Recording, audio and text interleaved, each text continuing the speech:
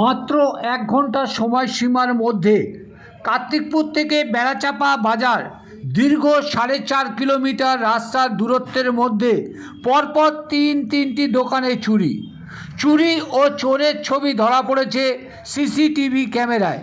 দেখা গেছে চুরির কাজে যুক্ত সেই একই ব্যক্তি। যা বড় অবাক করা ঘটনা। চুরির ঘটনা ঘটেছিল শনিবার দুপুরে।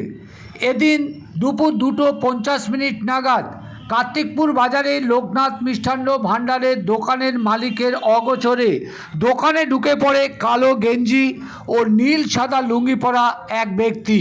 তারপর ক্যাশ বাক্স থেকে বিনা বাধায় নগদ 25,000 টাকা নিয়ে চম্পট দেয় ওই চোর। এরপর দুপুর 3:07 নাগাদ ওই একই ব্যক্তি একই পোশাকে দেগঙ্গা চারুলতা ভবন অফিস দোকান ঘরে ঢুকে পড়ে। সেই সময় ওই দোকানের কর্মচারী গিয়েছিলেন দোকানের পিছনে মালিকের নির্মাণ ভবনের কাজ দেখতে।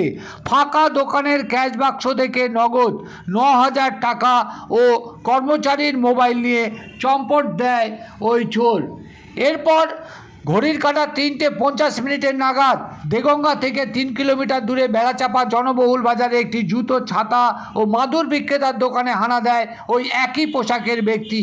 ওই দোকানের মালিক না থাকার সুযোগ নিয়ে দুটি ক্যাশ বাক্স থেকে লক ভেঙে চুরি করে নিয়ে যায় নগদ 2,500 থেকে 3,000 টাকা।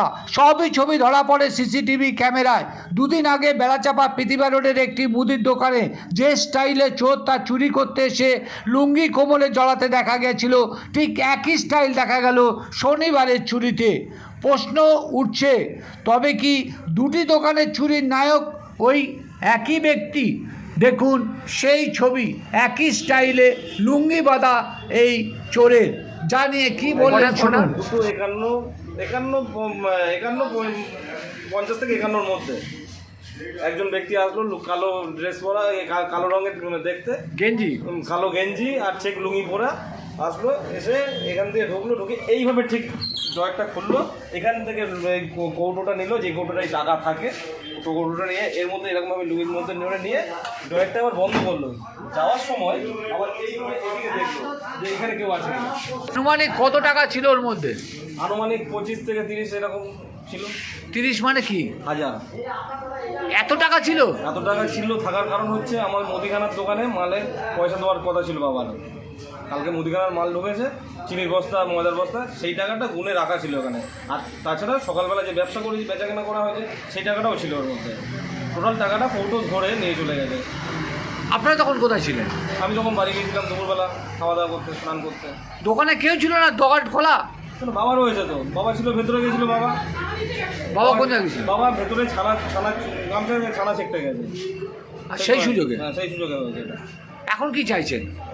এখন চাইছি যে তাকে অপরাধী ধরা পড়ুক, তার শাস্তি হোক। সিসিটিভি ফুটেজ পাওয়া গেছে? হ্যাঁ, সিসিটিভি ফুটেজ তো পাওয়া গেছে। পুলিশ কি বললো?